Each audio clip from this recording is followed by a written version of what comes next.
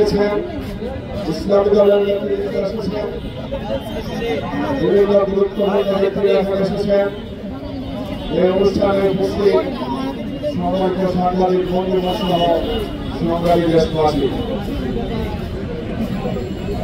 সবাই খুব কমে গেছে, কথা বলেছেন। আমরা খুব স্পষ্ট ভাষায় বলতে চাই,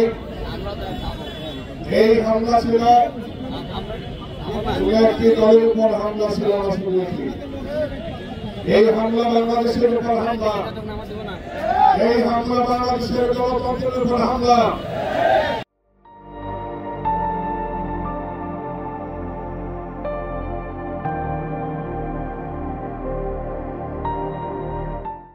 এই হামলা জুলাইয়ের লক্ষ্যের বিরুদ্ধে হামলা। এই হামলা ছিল বাংলাদেশ থেকে যে ফেসিবাদকে আমরা 5 আগস্ট বিদায় করেছিলাম, সেই ফেসিবাদ আর তার দুশমনদের ফিরে আসার আরেকটি অপচেষ্টার নাম। আমাদের দুর্ভাগ্য যে এই হামলার সাথে প্রশাসনের ব্যক্তিরা জড়িত, আইন শৃঙ্খলা বাহিনীর সদস্যরা জড়িত, আর্মির সদস্যরা জড়িত। যেটি দেখার জন্য আর কোনো প্রয়োজন নেই, খুব স্পষ্ট ভাষায় দেখা গিয়েছে পুলিশ এবং আর্মির কিছু সদস্য হামলাটি করেছে। আমরা আশ্চর্য হয় আজকে বলতে চাই, আওয়ামী লীগ ফেসিবাদ বিদায় নিয়েছে, কিন্তু এই ফেসিবাদকে তৈরি করেছিল যারা, সেই জাতীয় পার্টি, সেই 14 দল এখনো আছে। সেই নেতৃবৃন্দ যারা গত 14, 18 আর 24 নির্বাচনে আওয়ামী লীগকে শক্তি জুগিয়েছে, সেই শক্তির বাংলাদেশে রাজনীতি করার কোন সুযোগ নেই।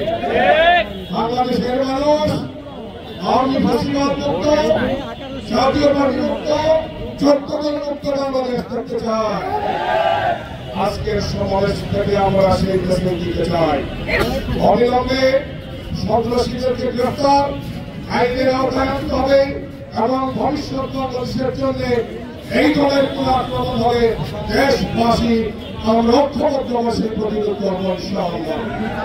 আসলে আগামী বাংলাদেশ গড়ার জন্য আমাদের সংস্কারের কার্যক্রম, বিচারের কার্যক্রম, যে 1,000 শহীদ হয়েছেন, 30,000 হয়েছেন, আমরা তাদেরকে কথা দিতে চাই যে আমরা ফেসিবাদের বিরুদ্ধে ঐক্যবদ্ধ ছিলাম, আমরা ঐক্যবদ্ধ আছি ইনশাআল্লাহ। কোন শক্তির কাছে আমরা করতে পারবো না। আগামী বাংলাদেশে আমাদের সবার ঐক্যবদ্ধ প্রচেষ্টা, সবাইকে প্রাণ দিয়ে সন্ত্রাসের বিরুদ্ধে, নৈরাজ্যের বিরুদ্ধে, ফেসিবাদের বিরুদ্ধে আমাদের বিশ্ববিদ্যালয় আমাদের যোগ্য ঐক্যবদ্ধ থাকবে ইনশাআল্লাহ। সেই আহ্বান জানিয়ে আমরা কথা বিশেষ করছি। সবাইকে ধন্যবাদ। আসসালামু আলাইকুম।